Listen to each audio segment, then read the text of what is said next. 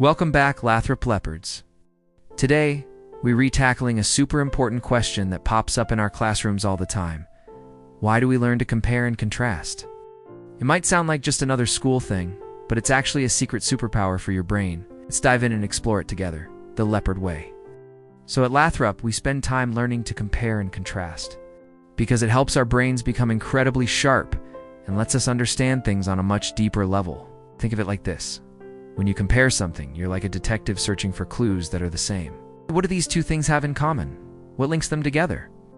On the other hand, when you contrast, you're looking for what makes them different. What makes each one unique? And when you put both of these skills together, you unlock a powerful new way of thinking. You start seeing the world with brand new eyes. It's not just about listing similarities and differences. It's about making connections that nobody else sees. When we practice this in class, we're not just looking at random pictures of animals or shapes. We're comparing and contrasting characters in the stories we read. We're looking at different ideas from history or science. We're even analyzing different pieces of information we find online. Why?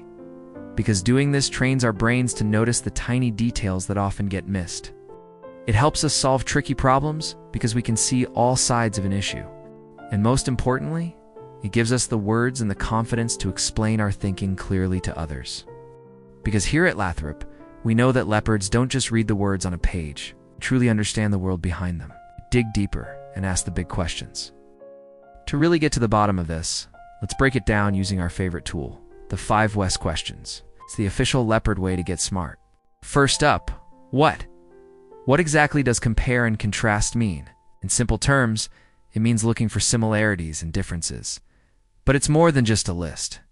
Think of your brain like a messy room.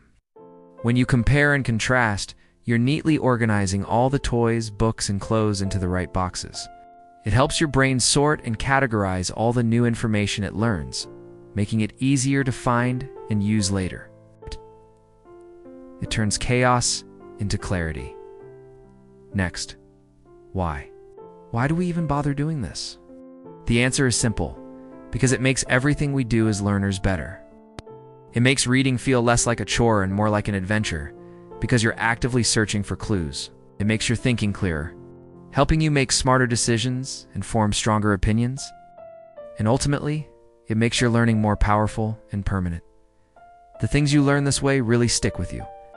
Then who uses this amazing skill? You might think it's just for students, but guess what? Everyone uses it. You use it, your teachers use it, scientists use it to make new discoveries. Doctors use it to diagnose patients, and even chefs use it to create new recipes.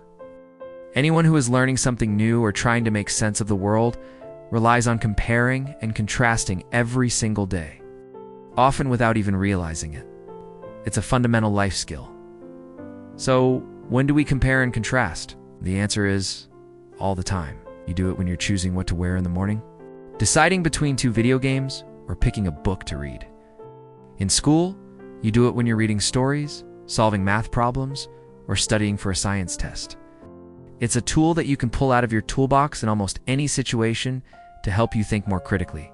And finally, where? Where does this skill help us? Literally everywhere. It's not just for the classroom. It helps you at school, for sure, but it also helps you at home when you're helping your family with a project. It helps you with your friends when you're discussing your favorite movies, and it especially helps you out in the real world as you grow up and face bigger and more complex choices. It's a skill for life. It's a definition of compare and contrast. Compare and contrast is a reading and writing strategy used to examine 2 or more things by looking at their similarities. Compare and differences contrast. Compare equals how things are alike. Contrast equals how things are different. Why is it important? Right. It helps you understand ideas more deeply, organize information clearly, think critically about relationships between concepts. How to use compare and contrast. Choose 2 subjects example. Cats and dogs. Find similarities, compare both are pets. Both need food and care. Find differences, contrast. Cats are usually independent. Dogs need more attention. Dogs bark, cats meow. Organize your ideas you can use. Venn diagram overlapping circles for similarities and differences. Paragraph format. First paragraph, similarities. Second paragraph, differences. Example sentence. Cats and dogs are both popular pets compare, but cats are more independent, while dogs are more social contrast. Cats independent. Cats meow. Cats use litter box. Dogs loyal. Dogs bark. Dogs need walks. Both cat and dog. Both cat and dog, popular pets. Both cat and dog need food and care. Both cat and dog can be playful.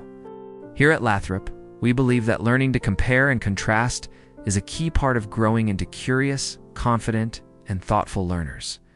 It's what makes us leopards. We are learning with focus, thinking with curiosity, exploring with understanding, and shining with strong, smart thinking every single day. That's the Leopard promise. Leopard's pledge outro, narrator strong and inspiring. At Leopards we learn. At Leopards we lead. At Leopards we care. At Leopards we share. At Leopards we draw. At Leopards we grow. We are leopards, learning with love, leading with pride, caring with compassion, sharing with kindness, drawing with creativity, growing with courage, and shining with kindness every single day. Narrator. Thank you, strong leopard readers. Keep thinking, keep learning, and keep finding the big ideas in everything you read. Thanks for watching, leopards. Keep thinking, keep asking questions, and keep shining with leopard pride. We'll see you next time.